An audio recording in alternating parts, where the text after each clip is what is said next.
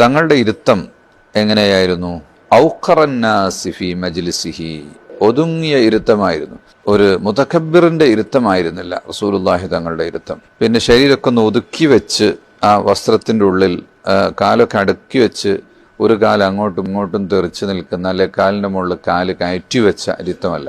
മടക്കി വെച്ചാൽ ഒരു കാലിന്റെ മുകളിൽ കാല് വെച്ച് ചെരിഞ്ഞിരിക്കുന്ന ആ രീതിയിലാണ് തങ്ങൾ പലപ്പോഴും ഇരുന്നിരുന്നത്. ചിലപ്പോൾ ചമ്രം പതിഞ്ഞിരിക്കും, ചിലപ്പോൾ ഇരിപ്പിടം നിലത്തുവെച്ച് കാൽ ചെരിച്ചു വെച്ചിരിക്കും. അങ്ങനെ ഒരു ഒതുങ്ങിയ ഇരുത്തമാണ് തങ്ങളുടെ പ്രയോഗം തന്നെ. അതാ അന അബ്ദുൻ അജ്ലിസു കൽ അബ്ദ്, അടിമയെപ്പോലെയാണ് ഞാൻ ഇരിക്കുക. ഇരിക്കുമ്പോൾ പ്രത്യേകമായി ചെറിയ വസ്ത്രമാണ്, മുട്ടുവരെയുള്ള വസ്ത്രമൊക്കെയാണ് ധരിച്ചതെങ്കിൽ ഇരിക്കുന്ന സമയത്ത് ഔറത്ത് വെളിവാകുന്ന രീതിയിൽ ഇരിക്കരുത് എന്നും സൂക്ഷിച്ച് വേണം ഇരിക്കാനെന്നൊക്കെ റസൂലുള്ളാഹി തങ്ങൾ സ്വഹാബത്തിനോട് ഉണർത്തിയതും നമുക്ക് ഹദീസിൽ കാണാൻ കഴിയും. അപ്പോൾ ഇരുത്തത്തിന്റെ സന്ദർഭങ്ങളിൽ പ്രത്യേകിച്ചും ശരീരത്തിൽ മറക്കപ്പെടേണ്ട ഭാഗങ്ങൾ പുറത്താകുന്നതിന് ശ്രദ്ധിക്കാം.